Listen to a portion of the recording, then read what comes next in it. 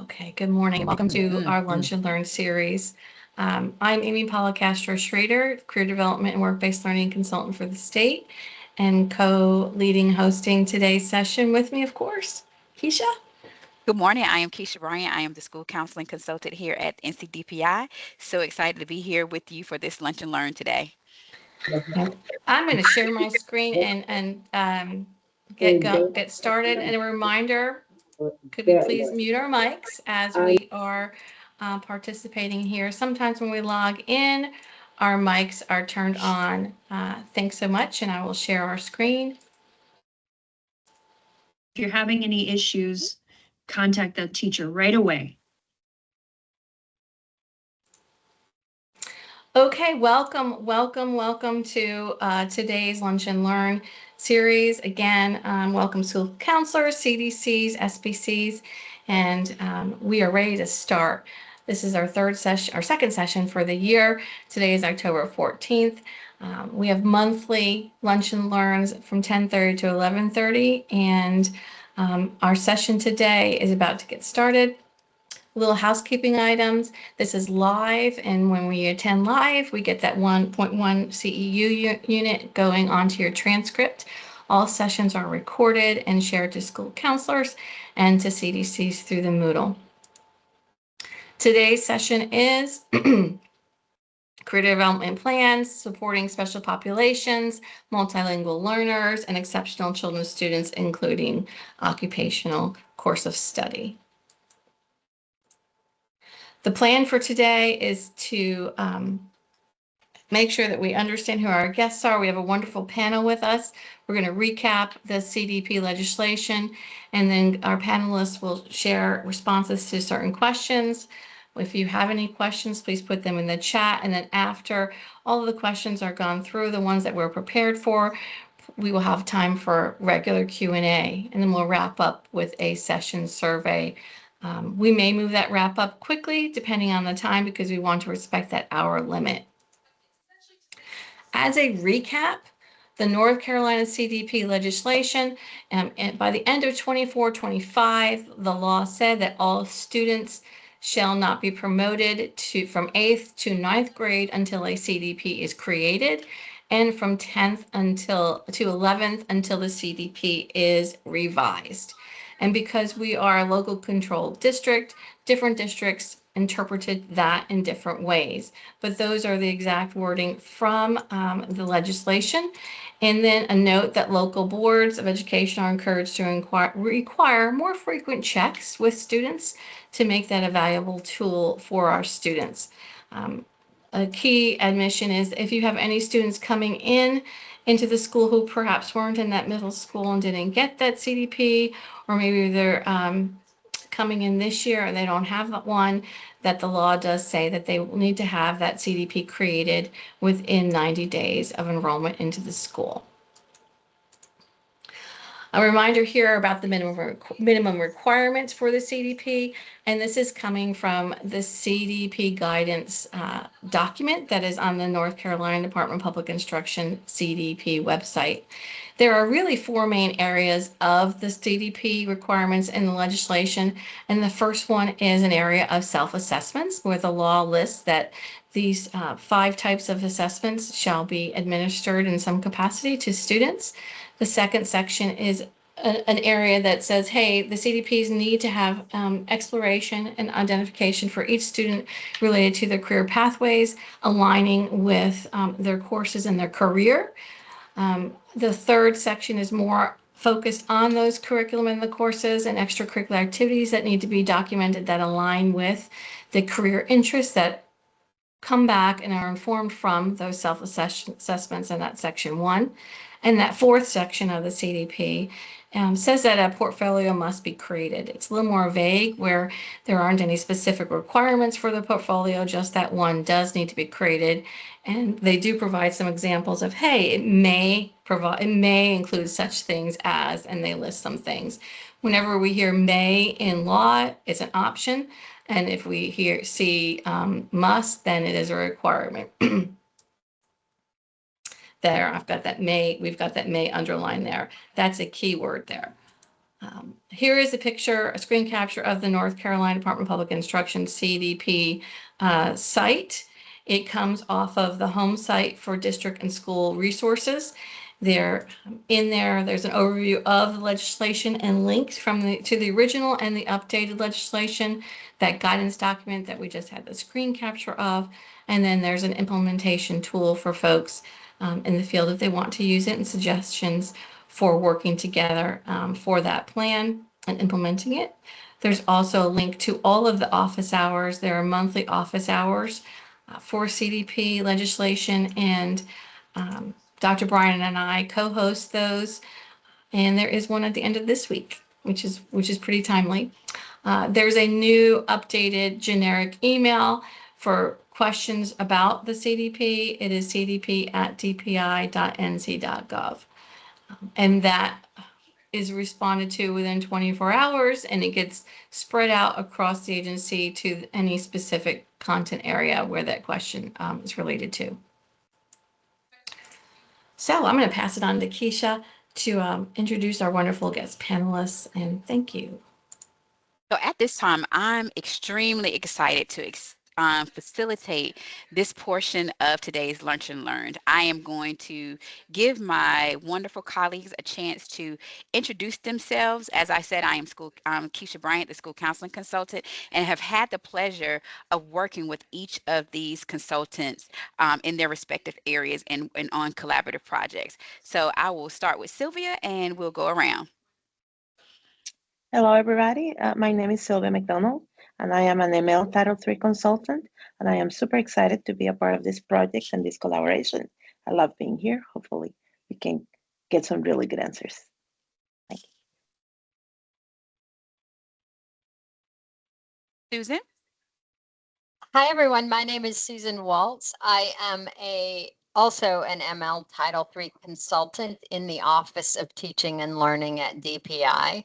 And I want to thank everybody for joining us today. We're really excited to be a part of this and get in on some of these initial conversations and be able to ask or be able to help get our students, our ML students, up and running with the CDP plan. So thank you for including us. Beverly? Good morning, everyone. I'm Beverly Caldwell. I'm the IDEA consultant for post-secondary transition in the Office of Exceptional Children. Welcome, everyone. And last but not least, Shannon. Good morning to all. My name is Shannon Baker. I work within the Office of Career and Technical Education, where the areas I oversee, I guess, would be special populations and the Methods of Administration Coordinator, or civil rights, for secondary programs. Thank you. Thank you, everyone. And we are really excited about having our consultant partners here this morning, because as you can see, the answer for that for the career development plan says that all students, and we want no student to be missed or not adequately served. So we reached out to our partners and asked them if they would let us know some best practices for the students that they serve and work with on a continuous basis. So we're going to get started with our questions. Amy, next slide. So when you think of big picture and vision, the first question that we're going to ask to our panelists is, why is it important that every student, regardless of learning differences or language needs, has a meaningful career development plan? So I'm going to give this question to Beverly and Shannon. Okay, I'll start and then I'll turn it over to Shannon. One of the things that I think is important about the CDP is that it helps each student identify their roadmap. They create their path that helps lead to their education and employment goals, and that's very important for it to be unique to students and have purpose. But also with the career development activities, those give students opportunities to clarify those goals and aspirations that they have. It helps them to acquire skills, and also it helps to enhance their employability. So Shannon, I'll give it to you to add to that. Okay, and just within just one thing we believe in career tech ed in general, that every student can contribute something different to an industry despite their learning needs or language barriers. And the CDPs will be able to assist students with learning where their strengths lie. Awesome. Susan and Sylvia, would you like to add anything to that?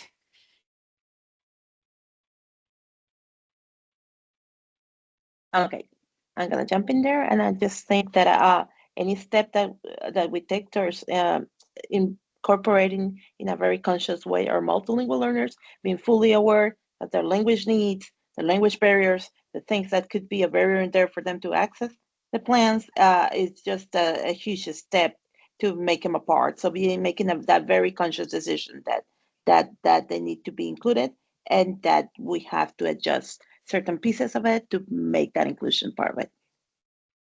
Love it. So some of the words that I heard were inclusion, employability for these students, thinking not just beyond, not just within their school setting, but how do we make sure that they have access for post-secondary options for each and every student group? Okay, thank you. Next question, Amy. So what unique barriers do these students face when engaging in career planning? And how can we as educators proactively remove those barriers? So when you think about your particular student group, what are some unique barriers that these students face when engaging in career planning? And as educators, as the adults, how can we be proactive about removing those barriers? I'm going to start with Shannon this time, and then we'll go Okay. from there. Okay, thank you. So, when we in CTE, thinking of members of special populations as defined by our Perkins legislation, the barriers are stated within the law as it relates to marginalized group status. So, just to kind of, for our school counselors and our friends that are here, those categories, 7 of the 8 I'll mention that we addressed in secondary education are individuals with disabilities, students who are currently in or out of the foster care system, homeless youth, military youth, economically disadvantaged, and students seeking to go into a non-traditional career, and pregnant and parenting teens. And so within the world of CTE, non-traditional means that 25% or less of that gender is entering that career field. Okay, so this is why we might have females going into trades, and then our males may be going into our nursing fundamentals programs. So with that being said, educators can learn to identify students as a person, not by their circumstances. CTE courses can be a safe landing place academically, because we take all students and provide them with skills and opportunities to experience career exploration in a meaningful way. I love that, that students are a person and not their circumstance. Awesome. Okay, Beverly, I'm going to loop it to you. Okay, thank you. Particularly for our exceptional students, uh, we often see that communication and accessibility are the barriers. And so, for that reason, it's important for us to identify each individual need that the student has so that we can apply accommodations as appropriate for each student. One strategy that is helpful for all students is the application of principles of universal design for learning, because that framework is effective across age and educational environments. And now it includes, with their updated UDL guidelines 3.0, they've included the workforce. So that's important for us to know as we're using that as a strategy. And just a reminder for UDL, it focuses on engagement, representation, and action and expression. Thank you all. Okay, so big picture, big vision. These our students are not their circumstance, but they are able to be so much more. So not limiting them by a label. We look at inclusion, employability, thinking very much beyond um, K-12, but what do we want them to become, and making sure that they have understanding and as many routes to be able to pursue their goals. Thank you so much. Question 3. So new with these career development plans, we are in year 2 of implementation. And so how are we doing when we think about year 2? I want you to think about your districts, think about your role. If you are a school counselor, if you are a special populations coordinator, if you are a career development coordinator, or if you are another role on this call and at this Lunch and Learn space, how has it been after year 1 when we talk about implementation and practice? So our question here is, what strategies have you found most effective when introducing career development plans to MLs and or students with disabilities? I'm excited to start this question out with Susan and Sylvia to talk about what have you found to be very effective?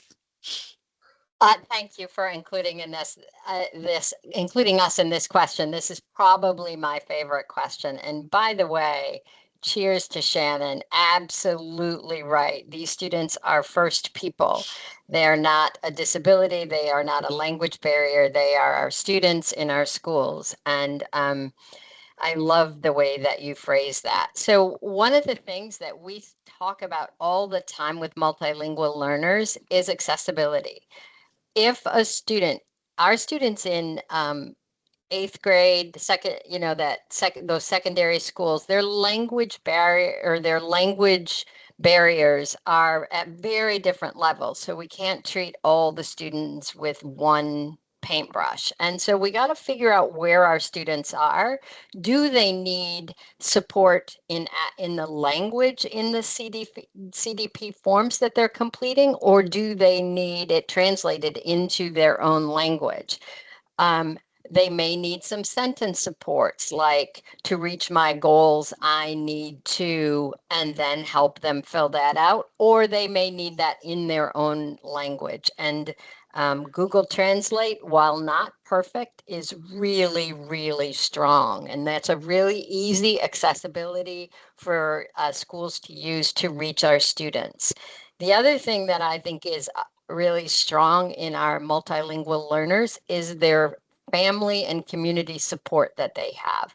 Engage CDP, engage family and community in your CDP sessions.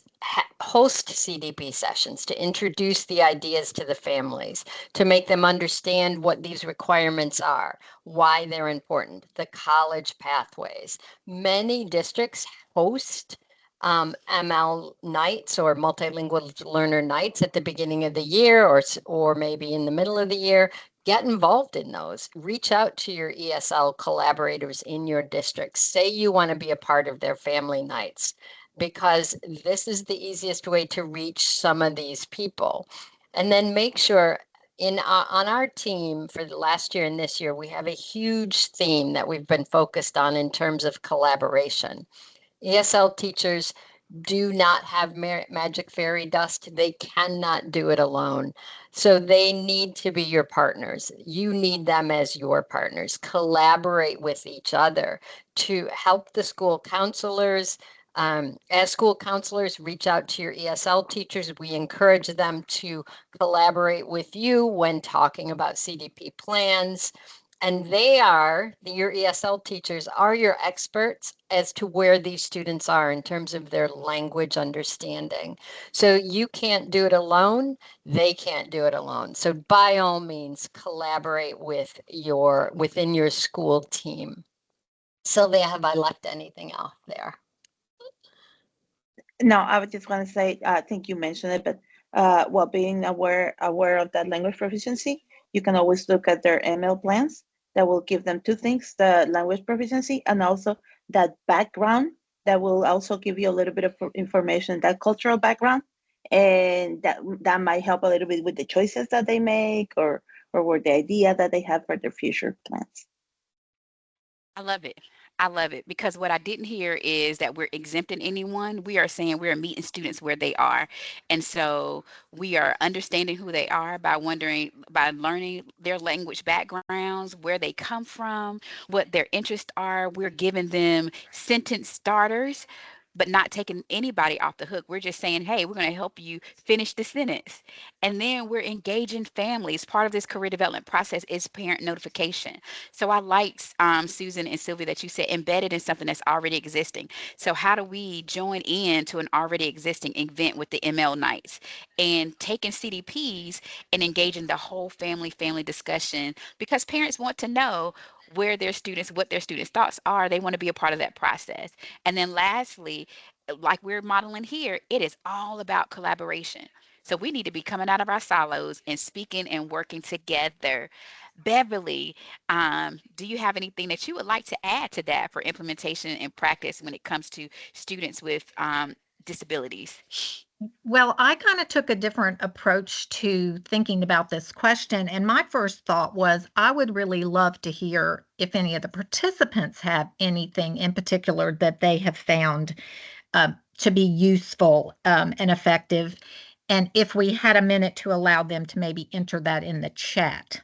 Yes, please flood the chat. Let us know what you've done, best practice, something that you've seen that has been wonderful and effective in meeting this completion goal for students with CDPs.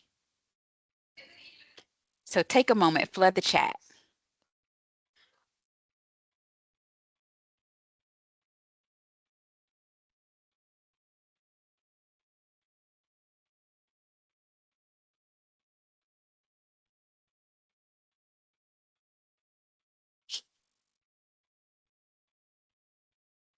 So currently, Beverly, the chat is quiet. I'm assuming that they're thinking, oh, I love this. They create a Spanish version of the career development plan. Yes, I see that. Very Any nice. other best practices that you've seen after year one that was very helpful with all student populations?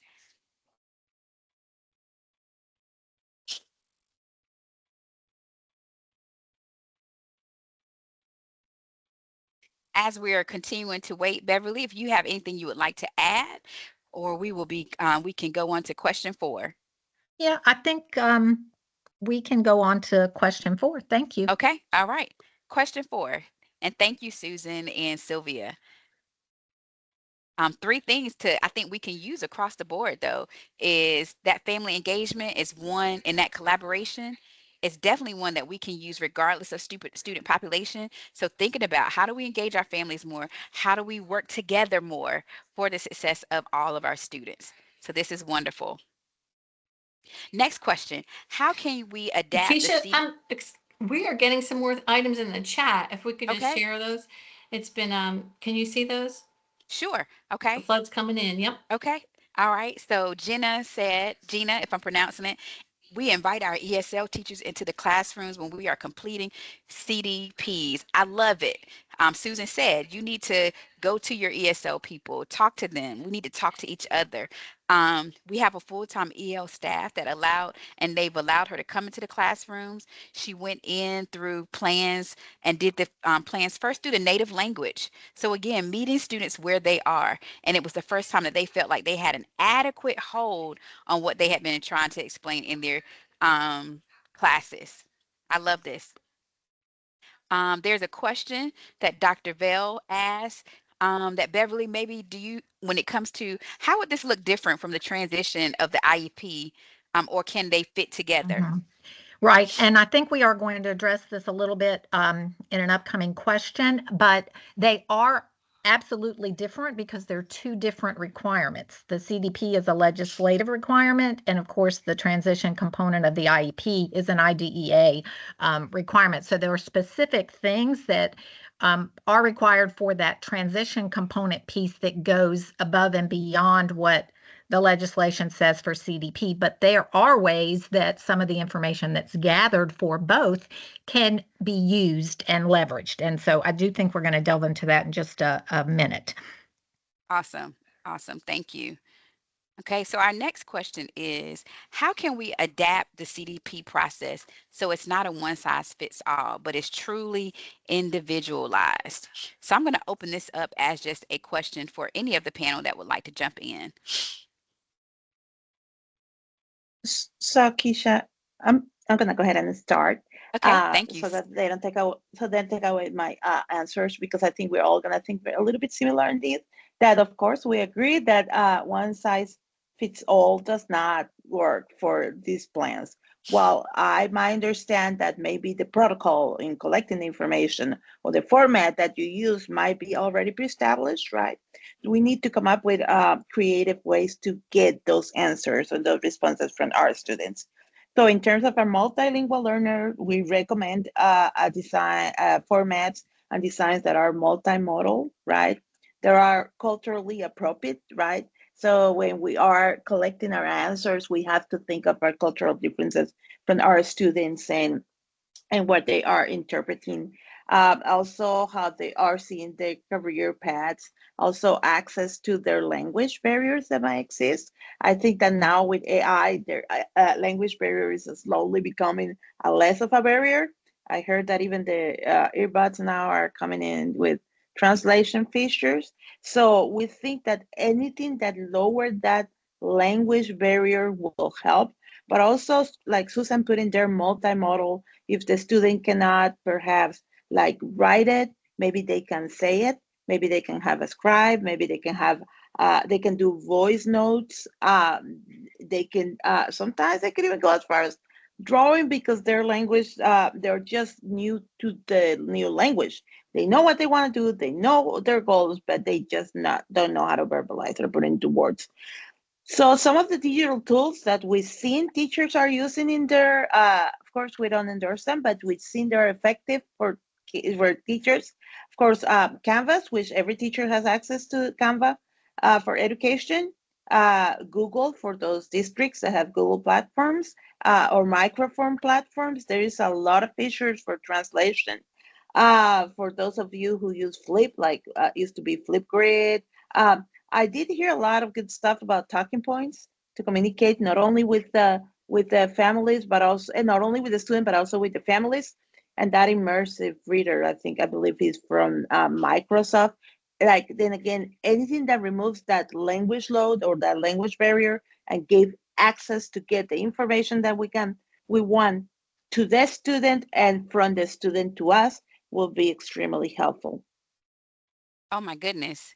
That was such a thorough response that I think you spoke, as you said, it could be used across any student population.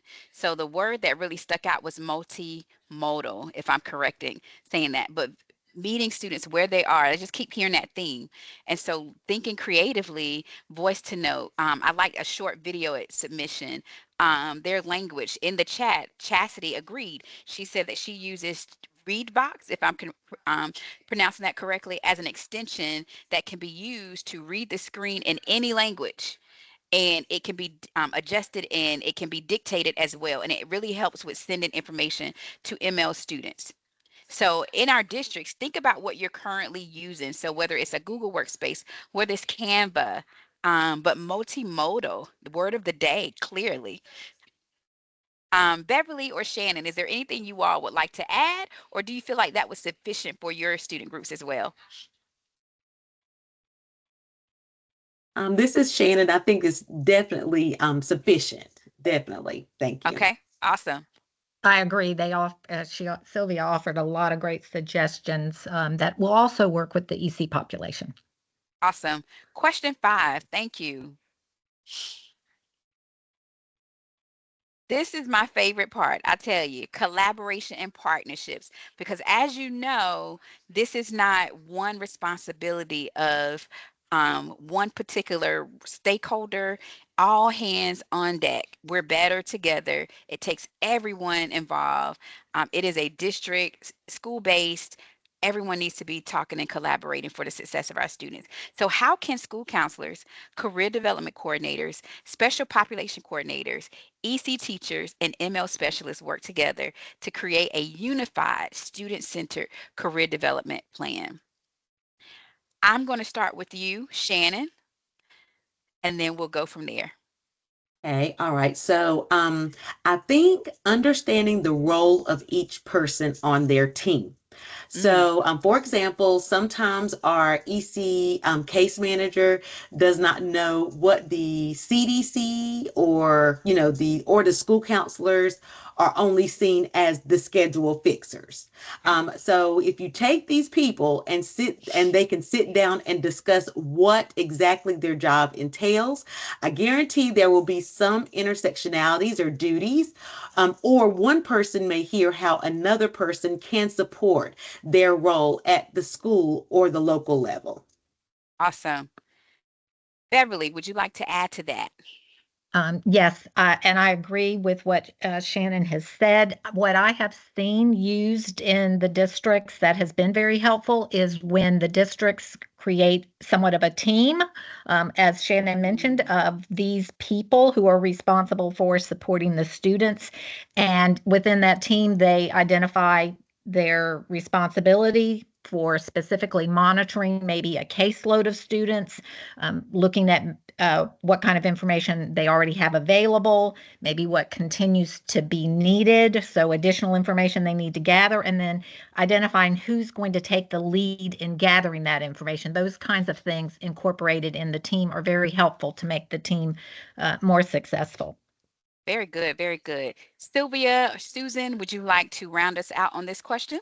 I will just say Kisha, that, sorry, go ahead, Sylvia. no, go ahead. No, go ahead. No, you have something to say. I will say that we have ESL teams, or we encourage ESL teams in schools and in districts, and hopefully all of these people are already communicating. I know with one another. I know that Sylvia brought up the ML plans, and we encourage all of our school teams to come together, and in secondary schools, this should be part of that initial meetings that they're having at the beginning of the year when they're talking about creating the ML plan as well as the CD plan or the CDP. And so what I would say is, if you are in you're working with your ESL teachers, ask to be a part of that team or invite them to be a part of your team, just to encourage that communication and that collaboration. Awesome. Sylvia, would you like to add to that? I'll just wrap it up with this. I oftentimes like to say that people need a seat at the table, but when you get that seat at the table, you also need a voice. So if you get a seat at the table in that team, also I will encourage ESL teachers or ML members or any member that is part of the team to use their voice with their expertise, and that the expertise is being heard and acknowledged and used towards the better of the students. Oh, I love it. So the words that are resonating. So role. So first, it's all about understanding what do we do and where do we see the intersectionality. I think is the word that Shannon used in our roles, because we don't have to do this separately. It doesn't have to be in addition to. We can do this together. The second thing that I heard that Beverly and Susan and Sylvia offered were a team-based approach. So who's when Sylvia talks about student voice and voices, or voices being represented, seat at the table, who's missing from your team currently? Who's not there?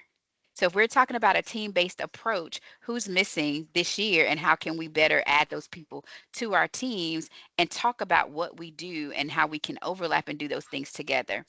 Thank you all so much. Question 6, Amy. Student voice. When we talk about making plans, oftentimes we leave out the students and their perspective. The beautiful thing about the career development plans is really students get to be involved in their planning. We're not doing this in absence of them. We're doing this with them. And so the question that we have is, what tools or approaches can help make career planning more accessible for students with different communication or academic needs? Beverly, would you like to start us out on this question? I will. A couple of things that came to mind when I read this question were about strategies, and one being the use of assistive technology and online tools, which I think was covered by our ML partners very well today in question number 4, but also gathering information in a variety of ways, maybe gathering information in a small group or whole group activities. Sometimes bell ringers that you can use at the beginning of a class can be an activity to get everyone involved in answering some questions that can then be utilized in the career development plan. And also another strategy is using advisory time to conduct interviews and review the CDPs and things like that. So those were just a couple of things that kind of popped in my mind about the planning part, and I wanted to share those. But I think Shannon had even a deeper question to ask. Shannon, ask Yeah, your so what question. I would, oh, okay, I'm sorry. So what I would like to do is I'm gonna do like Beverly did a couple questions ago. I would like to go to the chat Okay. because whenever we talk about some of these tools and approaches, sometimes there's already some plans in place at the district level where they may be implementing some of these practices. So chat, could you please talk about what tools or approaches helps make this planning more accessible for students with different communication or academic needs? So please flood the chat.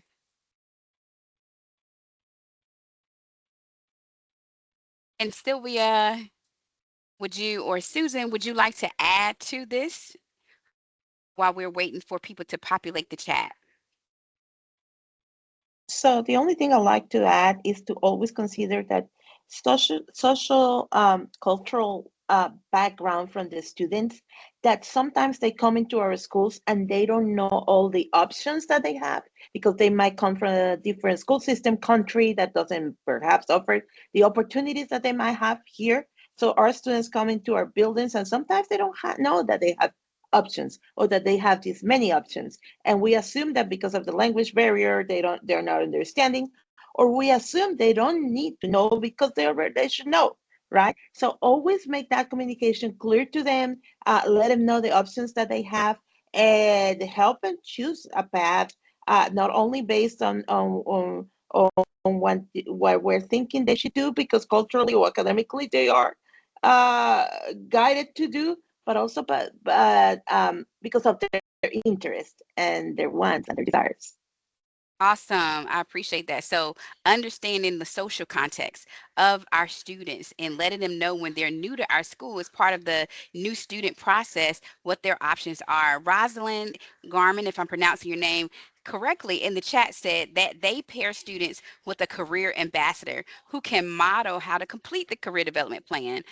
Awesome. And they shared their pathway story, and we're using stories doing the Seed Career Development Month.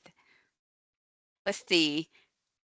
Shakima Wilson said, knowing ahead of time which students fit into which category is helpful, especially for those students who have not, those who do not have these particular students on a regular basis.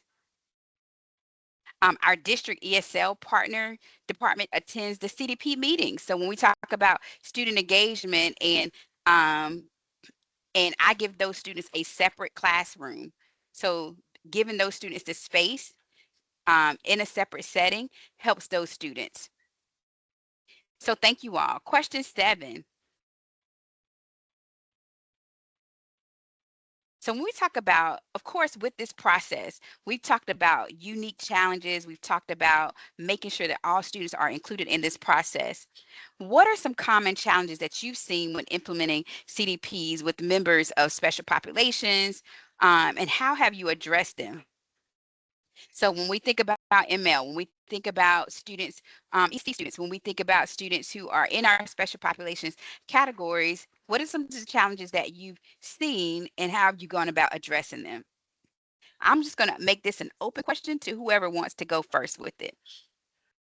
I will say one of the things that I have received calls about and questions about is that just that initial, I don't know what to do with an ML student who doesn't speak English. And so I will say that that is the most common barrier that has come across my desk, if you will, when people call and are not certain. And one of those things, again, is just that challenge about language. And often, I mean, take away the language barrier, then the student is no different. You would not treat that student any differently. You would meet that student where they are. Same with EC, and we talk about EC students a lot when we're identifying ML students. You take away the EC, the student still gets the same. We still go through the same process. Okay, now I know the student has a language barrier. I'm still going to go through the same process. I'm just going to give them the assistance that they need to do this plan. And I think it becomes daunting at first when you're not really sure, you haven't really worked with EL students and you haven't worked with language barriers, and you were sitting across from someone who doesn't speak the same language. It feels overwhelming, but you just sort of piece by piece, you can get through it. Some of the suggestions that have been in the chat and coming from our other colleagues today are amazing. And so I would just encourage you to take every opportunity you can to, even if it's just one, even if it's giving the plan in their language or giving them the sentence stems, or as Sylvia says, letting them know what all their options are. I think it just opens up a great opportunity for language learners.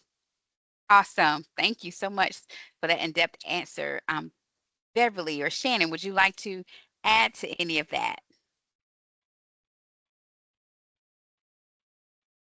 I can add just based on a question that I receive most often, and it's around our EC students with significant and complex needs.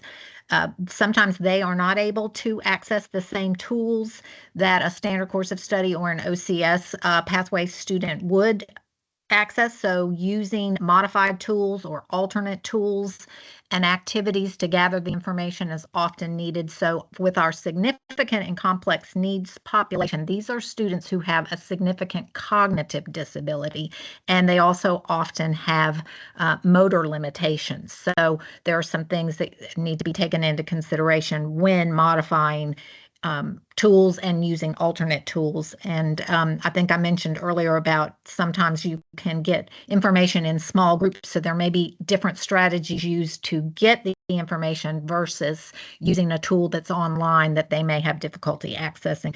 So those are just a couple things to keep in mind for EC students in that category of need. Awesome. So what I hear from this particular question is looking at the student as just a student before we put a label on them. And what would you just do for a student? And then starting there, reframing how we see the students that we're working with. And once we see them just as a student, taking them through the process and thinking outside the box type strategy. So I heard the word modify, I heard the word alternative. So being creative and innovative to make sure that these students are being served. Shannon, anything that you would like to add, or do we feel like this is sufficient? I definitely feel like this is sufficient. And Beverly, it was funny whenever you were getting ready to answer your question, a question literally popped into the chat about CDPs for students with severe disabilities. So I'm glad we were able to respond and anticipate the question. All right. Question 8. Thank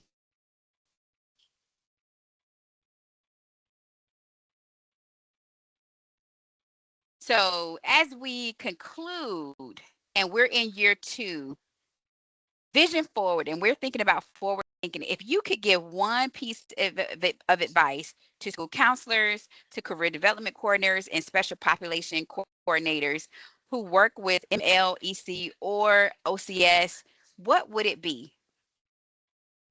If you think about your population of students that you serve, what would be the piece of advice for this year's school year, working with school counselors, CDCs, and SPCs who are working with your population of students? Okay, I I'm going would to start with say, you. Okay. oh, go ahead. Everybody wants to talk. Oh, I like this. I would say teamwork makes the dream work. You cannot do it alone. It's not a one-on-one thing when you're working with ML students. All right. Sylvia. I guess Susan took my word, because I always said this is a dual custody. It's our kids. It's not just your kids or my kids, is our, both of our kids. But I'm also gonna jump onto don't make assumptions. Don't ever make assumptions thinking that the student knows, or that the parents know, or that the family know, or that they don't want. So dig a little bit deeper and individualize that process for them. Love it. Shannon. Yeah, so I'm going to kind of echo my partners. Communication is the key, and listening to the needs that each stakeholder has in helping a student develop their CDP. So this process will take time to implement, as we already know. So all stakeholders will need to pack their patience. So get that suitcase out, put some patience in there, as we ensure that students have a CDP that is realistic and attainable. Awesome. Beverly, close us out. Okay, so this kind of goes back to a little further response to a question I think Crystal had earlier when she was asking about the IEP. And one of the things that I think is very, very helpful is to leverage your resources. So someone may have some information that can be helpful to the EC teacher, perhaps related to transition assessment data, because that's part of what we're gathering for our post-secondary transition folders, and that IDEA piece that I said was required. Also, our CTE partners may have information that they've gathered around career awareness activities and inventories. So going back to that communication that Shannon mentioned about communicating with your stakeholders. Also, the parents and the students themselves, they have probably completed some interviews as part of their transition assessment gathering process that can be useful for the career development plan. And then we also partner with our Employment and Independence for People with Disabilities. This is the group that was formerly known as VR in North Carolina. And so they may have some information, but also with our EC students, they may have received in the past, or they may be currently receiving services from occupational therapists, physical therapists, or speech language pathologists who may also have information that will be useful for the planning process. So mainly just going back to that communication piece that's been mentioned, leverage the resources and the information that's already been gathered, and then kind of determine where the gaps are so you know what information needs to be filled in. I love it. So if I were to recap this section, I wish I had could just drop it in the chat, but teamwork makes the dream work. Don't assume that people know, so making sure, or that they don't want to, just because there's some type of barrier. So making sure that they know and don't make the assumptions. Communication is key, is what I heard. Pack your patience. This is not an overnight process. It takes time. Leverage your resources and make sure that you check in with your other partnerships, because maybe there's already some existing things that you all can do. This has been wonderful. I am so grateful to our panelists, and I'm hoping that you all gained some help and some assistance that will help you as you navigate this year in working with ML students, special population students, working together, EC students, coming together, coming out of our silos, and really collaborating for the work and the ultimate success of our students in their post-secondary opportunities. At this time, we're going to open it up for Q&A. You've heard some great information. What questions do you have? Please put them in the chat, or feel free to come off the mic.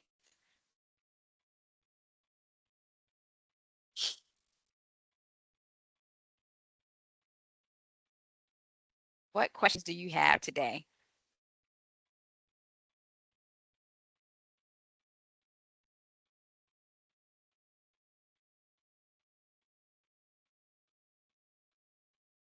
Panelists, Ms. Young said this was right on time, so thank you.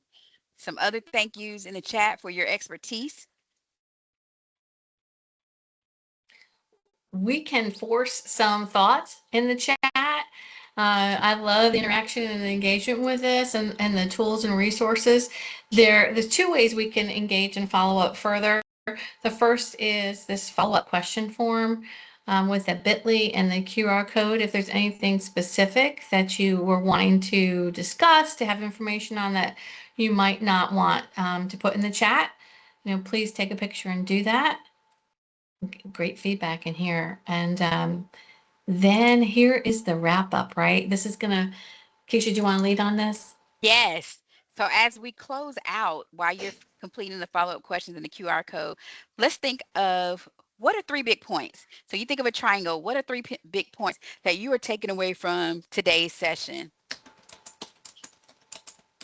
So put those in the chat. What are 3 big points? Let us know. What are 3 things that you've learned today? In the chat. Lots of learning, lots of great nuggets shared. What are your top 3 that you're going to be able to use this year in your learning as you go forward? 3 big points.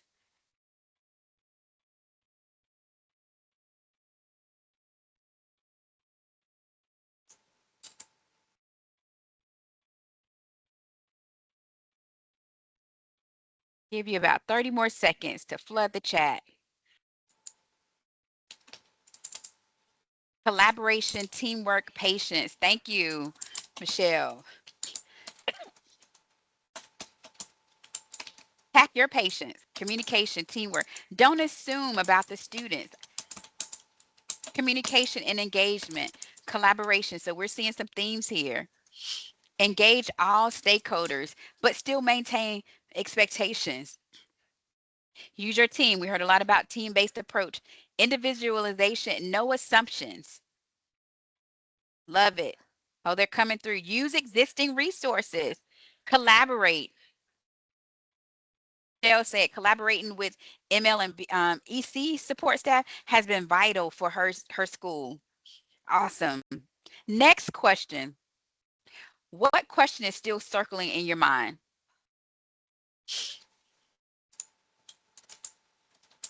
What question is still circling in your mind? Flood the chat.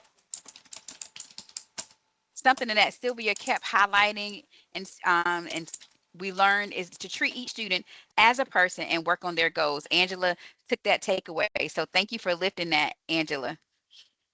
What questions do you still have? How to better serve the families?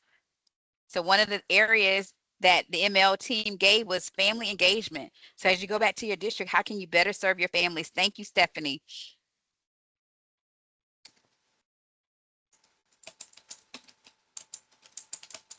And then lastly, what is something that is resonating with you from this session?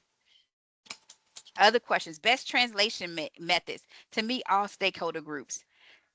How do we help our intensive intervention students with CDPs due to their limitations? What are some suggestions on their CDP?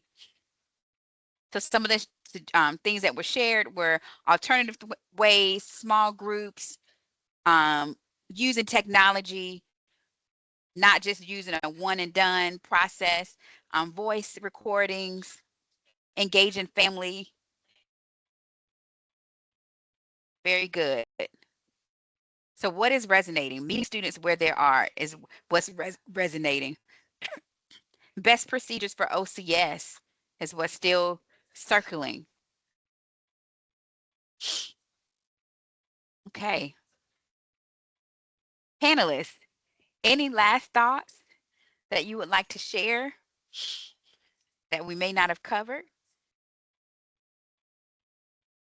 I will say that if you need help and you want to reach out and talk to us, by all means, you can, for your ML students, reach out and talk to either Sylvia or me, and we'd be happy to help. Awesome.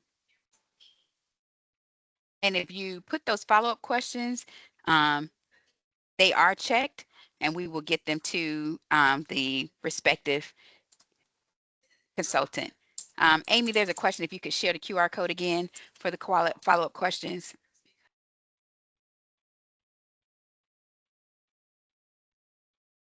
And feel free to put those follow-up questions that you're putting in here about EC and other things in here, and we'll make sure we're able to respond to you individually. We also have a separate survey coming up. I can tell those questions are coming in as they come to my email. I'm getting dings. It's wonderful. Kisha, if I could just respond to someone ask a question about best procedures for OCS and ECS, and I think the best starting point would be to talk with your EC staff within the school buildings and find out maybe what they already have in place in terms of tools and resources that they can share, or even going back to what I talked about earlier for those that were gathering transition assessment data, that information might apply as well. So to answer your question, your starting point might be just check with your EC staff. Thank you, Beverly. Mhm. Okay. There is All a right. question in the chat there from Elizabeth Darling just before that QR code. Has anyone found a good platform for ECS? And throw that out to everybody.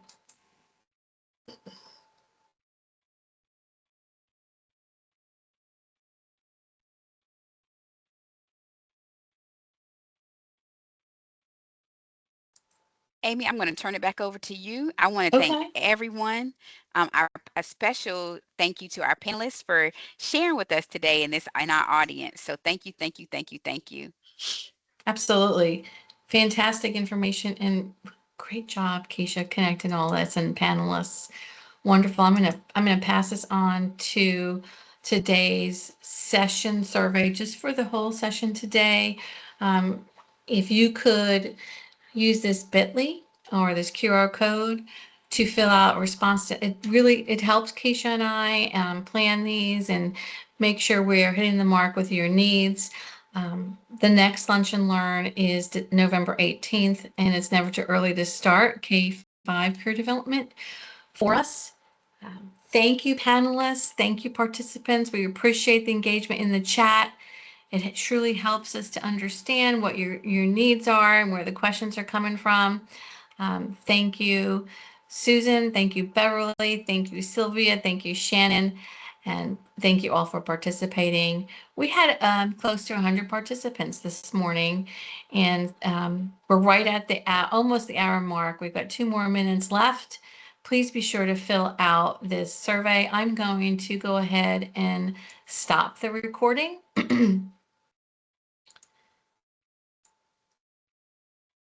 It is stopped.